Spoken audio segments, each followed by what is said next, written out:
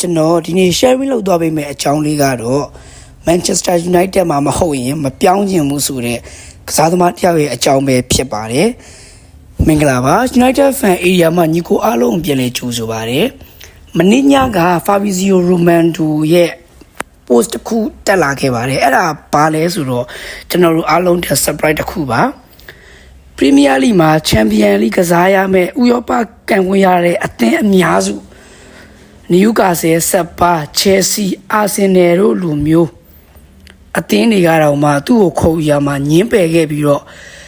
ဘယ်ဥရောပပြိုင်ပွဲမှာဝင်ခွင့်မရတဲ့ Manchester United အသင်းမှာမဟုတ်ရင်ပြောင်းရွှေ့မှာမဟုတ်ဘူးလို့ပြောလိုက်တဲ့ Brentford Dive မူ Mbumo ပဲအကြောင်းပဲဖြစ်ပါတယ်။ Mbumo ကတော့သူက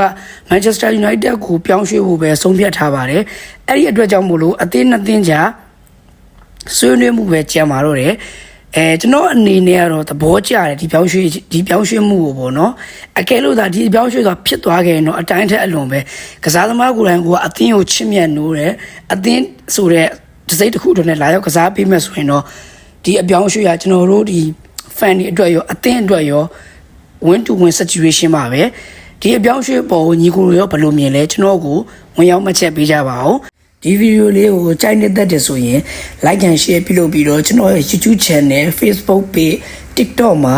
follow ပြုလုပ်ပြီးတော့ subscribe ပြုလုပ်ပြီးနေကျွန်တော်ကိုအားပေးလို့ရပါတယ်တ िश တဲ့တယောက်ချင်းစီတိုင်းညီကိုအားလုံးကိုအထူးပဲကျေးဇူးတင်ရှိပါတယ်